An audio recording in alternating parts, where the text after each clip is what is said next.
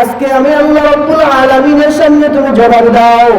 রাখালটা বলল, খলিফাতুল মুসলিমিন হযরত ওমরকে বলে, মুসাফির ভাই, সুতরাং সবকে বুঝ দেওয়া যাবে, সবকে সান্ত্বনা করা যাবে, কিন্তু আরশের মালিক আল্লাহ রাব্বুল আলামিন তো একজন আছেন।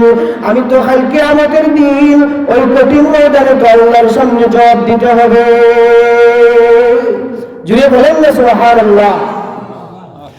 একটা রাখালের অন্তরের মধ্যে কি পর্যন্ত কিয়ামত হাসরের ময়দানের ভয়, চিন্তা করেন। মুহতারাম হাজিরিন ইকরাম, ওই এমন একটা দিন আসবে, ওই দিন ভাই ভাইকে চিনবে না, সন্তান মা বাবাকে চিনবে না, মা বাবা সন্তানকে চিনবে না। হায় হায়, খালি ইয়া নফসি ইয়া নফসি ইয়া নফসি ইয়া নফসি, নিজে নিজের আমল নিয়ে চিন্তিত থাকবেন, নিজে নিজের আমল নামা নিয়ে চিন্তিত থাকবেন। ইয়া আল্লাহ, আমার খবর কি আসের, জান্নাতি হব না জাহান্নামী হব? নবী করিম সাল্লাল্লাহু আলাইহি ওয়াসাল্লাম আম্মা জান আয়েশা রাদিয়াল্লাহু তাআলা আনহাকে বলছিলেন, বলে কিয়ামতের দিন মানুষ উলঙ্গ অবস্থায় উঠবে, কেউরের গায়ে কোনো কাপড় থাকবে না, কেউরের শরীরে কোনো কাপড় থাকবে না। আম্মা জান আয়েশা রাদিয়াল্লাহু তাআলা আনহা বিশ্ব নবী রাহমাতুল লিল আলামিনকে জিজ্ঞাসা করলেন, ওগো আল্লাহর রাসূল, কিয়ামতের দিন কি কোনো হায়া শরম থাকবে না? কিয়ামতের দিন কি কোনো লজ্জা শরম থাকবে না? মানুষ যে উলঙ্গ অবস্থায় উঠবে, মা মেয়ের সামনে উলঙ্গ অবস্থায় উঠবে, বাবা ছেলের সামনে উলঙ্গ অবস্থায় উঠবে। ওগো আল্লাহর নবী বিশ্ব নবী রাহমাতুল লিল আলামিন, হাসরের ময়দানে কি শরম হায়া থাকবে না? লজ্জা শরম বলতে কিছুই থাকবে না। আল্লাহর নবী বিশ্ব নবী রাহমাতুল লিল আলামিন জবাব দেন, ও আয়েশা শুনো, হাসরের ময়দানে যখন ইসরাফিল আলাইহিস সালাতু ওয়াস সালামের সিংহে ফুঁক দেওয়ার পরে মানুষ উঠবে, আর যে আকাশের দিকে তাকাইবে 1050,000 বছর পার হয়ে যাবে, নিচের দিকে তাকাইয়ে দেখবে না তার শরীরের মধ্যে জামা আছে কি নাই। আল্লাহ, এমন একটা দিন আসবে, কঠিন সময় আসবে। মুহতারাম হাজিরিন কেরাম, এর আগে আমরা সংশোধন হতে হবে। রব্বুল আলামিন যে বলেছেন ওই দিনটাকে ভয় করো, ওই দিনের ডর আর ভয় আমাদের ভিতর ঢুকাইতে হবে। দেখবেন আমার কাছ থেকে কোনো অন্যায় কাজ হবে না, আমার কাছ থেকে কোনো অন্যায় অশ্লীল কাজ হবে না, আমার কাছ থেকে অন্যায় অবিচার হবে না। সব সময় এই কিয়ামতের হাসরের ময়দানের ভয় যখন আমি আকামুকাম করতে যাব, তখন যদি আমার অন্তরে আমি আল্লাহু আকবার, আমি তো হাসরের ময়দানে দাঁড়াইতে হবে, আল্লাহ রাব্বুল আলামিনের কাছে তো আমি জবাব দিতে হবে। ইয়া আল্লাহ, আমি মালিকের কাছে কি জবাব দিব? এই হাসরের কঠিন ময়দানে যখন মানুষ লাইনের মধ্যে দাঁড়াবে তাদের আমল নেওয়ার জন্য, আল্লাহ রাব্বুল আলামিন একদল মানুষের ডান হাতে আমল নামা দিবেন, আর একদল মানুষের বাম হাতে আমল নামা যাবে। যার ডান হাতে আমল নামা যাবে তার হিসাবটা সহজ হবে, আল্লাহ রাব্বুল আলামিন তাকে জান্নাত দান করবেন। আর যার বাম হাতে আমল নামা যাবে, আফসোস, হায় হায়, এই 70, 80, 90টা বছর আমি দুনিয়ার জমিনে কি করলাম, এই সারা জিন্দেগির হায়াত আমি দুনিয়ার জমিনে কি করলাম? তার ক্ষমতা পাওয়ার জন্য ঘুরলাম, বড় বড় মাঠ মাতার জন্য ঘুরলাম, বাড়ি গাড়ি করার জন্য ঘুরলাম, আওলাদ আর মাল ধন সম্পদের পিছে ঘুরলাম। ও আল্লাহ, এই হাসরের ময়দানে দেখি আমার আওলাদ আমার কাজে আসে না, আমার ধন সম্পদ আমার কাজে আসে না, আমার ক্ষমতাগিরি আমার কাজে আসে না। ওই হাসরের ময়দানে কোন রাজা বাদশার কোন ক্ষমতা চলবে না, কোন প্রেসিডেন্টের কোন ক্ষমতা চলবে না। এই হাসরের ময়দানে একমাত্র ক্ষমতা চলবে আহকামুল হাকিমিন আল্লাহ। জুড়ে বলেন আল্লাহ, আরো জুড়ে বলেন আল্লাহ। একমাত্র বাদশাহী চলবে, রাজত্ব চলবে একমাত্র মালিক আল্লাহ। আল্লাহ রাব্বুল আলামিন বলেন, فَأَمَّا مَنْ أُوتِيَ كِتَابَهُ بِيَمِينِهِ فسوف يحاسب حسابا يسيرا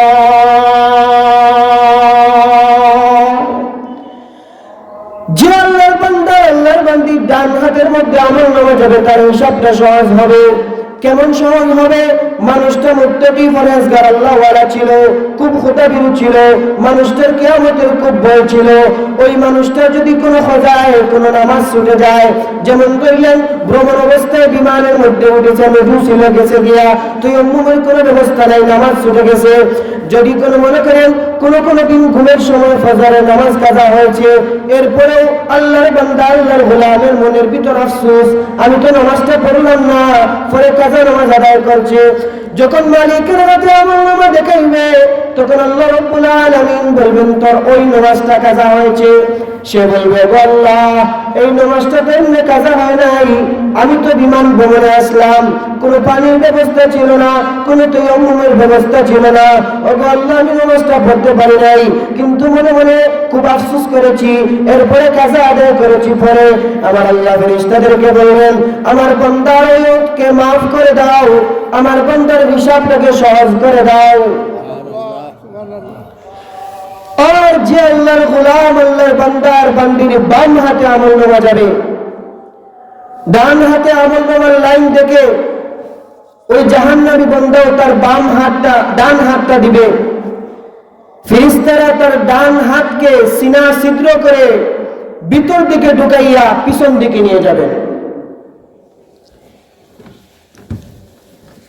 আল্লাহ রাব্বুল আলামিন ওই দিনে যে হিসাবটা হবে, আমলনামা যখন সে ডান হাত দিবে তখন তার ডান হাতটা ফেরেশতারা মাথার মধ্যে এই কাঁধের মধ্যে এমন ভাবে বাঁধবেন কোনো শক্তি নাই বাটটা ছুটানোর জন্য। এরপরে তাকে বলবেন তোমার বাম হাত দাও। যখন সে বাম হাত দিবে তখন তার বাম হাতকে সিনা ছিদ্র করে পিঠের দিকে বের করবেন, তার হাতে আমলনামাটা দেওয়া হবে। এখন তার মাথাটা সামন দিকে আর তার হাতটা পিছন দিকে, সে তার আমলনামা দেখবে কিভাবে? আল্লাহ ফেরেশতাদেরকে বলবেন আমার বান্দার মাথাটা ফিরাইয়া দাও, ওই বান্দার মাথাটা ঘুরাইয়া দাও। তখন তার মাথাটা পিছন দিকে ঘুরাইয়া দেওয়া হবে। রব্বুল আলামিন ডাক দিয়ে বলবেন ইকরা কিতাবাক ইকরা কিতাবাক কাফা বিনফসিকা আল-ইয়াওমা আলাইকা হাসিবা।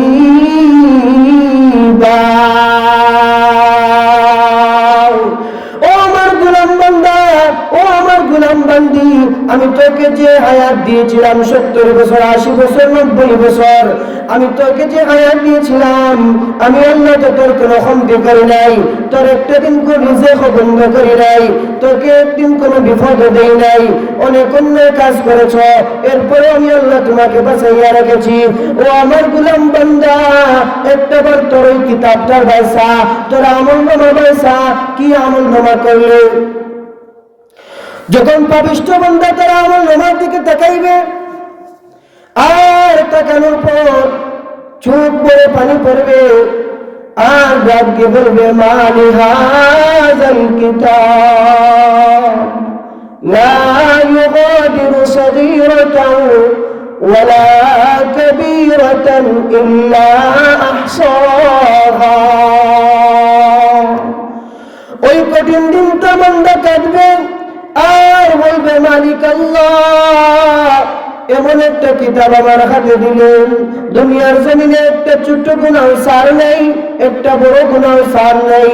ও আল্লাহ এই দুনিয়ার জমিনে আমি তাকে অবস্থায় কি করেছিলাম, সেকেন্ডে সেকেন্ডে আমি যা করেছিলাম সব তো এই খাতার মধ্যে লিপিবদ্ধ।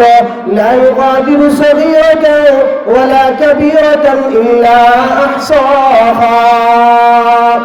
কোনো একটা গুনাহ ছাড় হবে না।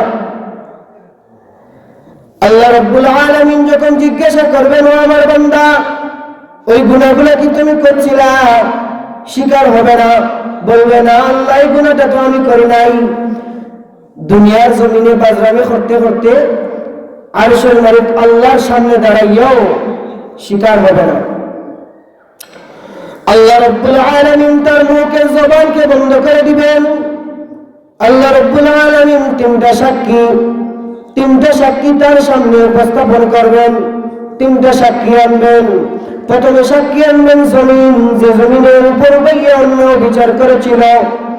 আল্লাহ রাব্বুল আলামিন বলেন, ইয়াউমাইযিন তুহাদ্দিসু আখবারাহা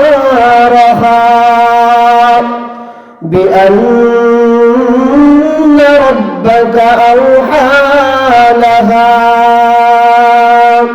রব্বুল আলামিন জমিনকে ডাক দিবেন, ও জমিন, আমি তার মুখের মধ্যে মোহর মারলাম, তার জবানকে বন্ধ করলাম। ওরে জমিন, এখন তুমি জবাব দাও, আমার বান্দা তোমার বুকের উপর দাঁড়াইয়া এই কাজ করছে কিনা। তখন জমিন আল্লাহ তাআলার কাছে বলবে, আল্লাহ, আপনার বান্দাটা দুনিয়ায় থাকা অবস্থায় যে কোন কাম করতো আমার বুকের উপর দাঁড়াইয়া, ওগো আল্লাহ, আপনার কাছে আমরা বিচার দিতাম। বলে, আল্লাহ, আপনার এই বান্দার কাম আমরা সহ্য করতে পারি নাই, আমি জমিন ফাঁক হয়ে যাই, তোমার বান্দাকে জমিনের ভিতর ঢুকাইয়া চাপা দিয়ে মেরে ফেলি। ওগো আল্লাহ, সেই দিন আপনি না করছেন, আপনি আমাদেরকে না করছেন। বলে, না, আমার বান্দা জোহরে নামাজ পড়ে নাই, আমার বান্দাকে ধ্বংস করো না। দেখো আসরে নামাজ পড়ে কিনা, আসরে নামাজ পড়ে নাই। মালিক বলেন, দেখো মাগরিবের নামাজ পড়ে কিনা, মাগরিব পড়ে নাই। মালিক বলেন, দেখো এশার নামাজ পড়ে কিনা।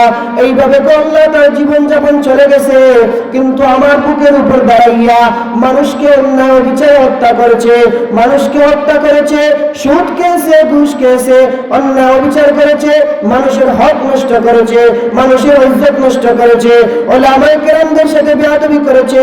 ওগো আল্লাহ, আজকে হাসরের ময়দানে আপনার কাছে বিচার দিলাম, আমরা এখানে দাঁড়াইয়া আপনার ওই বান্দার বিচার দেখতে চাই। জমিন আল্লাহ তাআলার কাছে বান্দার বিপক্ষে সাক্ষী দিবে। 2 নম্বর সাক্ষী, আল্লাহ রাব্বুল আলামিন বান্দার জবান বন্ধ করিয়া তার শরীরের প্রত্যেকটা অঙ্গ প্রত্যক্ষের জবান খুলে দিবেন। اليوم نختم على أفواههم وتكلمنا أيديهم وتشهد أرجلهم بما كانوا يكسبون। আল্লাহ রাব্বুল আলামিন তার হাতের জবান খুলে দিবেন, তার কানের জবান খুলে দিবেন, তার পায়ের জবান খুলে দিবেন। যে হাত দিয়ে সুদ ঘুষের লেনাদেনা করেছিল, যেই হাত দিয়ে জিনা করেছিল, যেই হাত দিয়ে অন্যকে হত্যা করেছিল, আল্লাহ রাব্বুল আলামিন ওই হাতের জবান খুলে দিবেন আর বলবেন, ও হাত, তুমি সাক্ষী দাও। কিন্তু বান্দার জবানকে আল্লাহ বন্ধ করে দিবেন। ওই হাতটা ঠিকই আল্লাহ রাব্বুল আলামিনের কাছে বলবে, আল্লাহ, আমাকে হাত হিসাবে তোমার বান্দার নিয়ামত হিসাবে দিয়েছিলেন, কিন্তু ওই হাত দ্বারা আপনার বান্দা ও কাজ করেছে, ও কাজ করেছে। ওই হাত দ্বারা মানুষের আইল ঠেলাঠেলি করেছে, মানুষকে হত্যা করেছে। ওই হাতের কলম দ্বারা মানুষকে অন্যায়ভাবে রায় দিয়েছে। আল্লাহ রাব্বুল আলামিন যখন দ্বিতীয় সাক্ষী পাবেন, এখন 3 নম্বর সাক্ষী আল্লাহ রাব্বুল আলামিন কিরামান কাতিবিন, 2 জন ফেরেশতা, একজনে নেকি লেখেন, ডান কাঁধের ফেরেশতা নেকি লেখেন, আর বাম কাঁধের ফেরেশতা বডি লেখেন। ওই 2 জন ফেরেশতার আমলনামাকে যে খাতা ছিল, ওই খাতাটা আনবেন। আনার পরে ঠিক যা বলেছে জমিন, যা বলেছে তার অঙ্গ প্রত্যঙ্গ, সব রিপোর্টগুলো আল্লাহ রাব্বুল আলামিন যাচাই বাছাই করবেন। ওই কিরামান কাতিবিন, ওই 2 ফেরেশতার খাতায় কি লিপিবদ্ধ আছে, আল্লাহ রাব্বুল আলামিন তাও পাবেন। পাওয়ার পর যখন সব শেষ হয়ে যাবে, আল্লাহ রাব্বুল আলামিন ফেরেশতাদেরকে অর্ডার দিবেন, খুযূহু ফাগুল্লুহু সুম্মাল জাহিমা সাল্লুহু সুম্মা ফী সিলসিলাতিন যারউহা 70 যিরাআন ফাসলুকু। আল্লাহ রাব্বুল আলামিন ফেরেশতাদেরকে অর্ডার দিবেন, ওই জাহান্নামীকে ধরো আর 70 গজ জিঞ্জির দ্বারা বাঁধাও, আর তার ঠিকানা জাহান্নামের দিকে টেনে ছেড়ে নিয়ে যাও, তাকে আজীবনের জন্য জাহান্নামী হিসাবে বরাদ্দ করে ফেলো। মুহতারাম হাজিরিন কেরাম, এজন্য এই কিয়ামতের যে কঠিন দিনটা আসবে, আমরা ওই দিনের ডর আর খৌফ আমাদের ভিতর ঢুকাইতে হবে। ফজিলতওয়ালা মাস আমাদের কাছ থেকে বিদায় হতে যাচ্ছে। রমজানের জন্য তৈরি হতে হবে। অফারওয়ালা একটা মাস, সারা বছরের সেরা একটা মাস আমাদের সামনে চলে আসতেছে।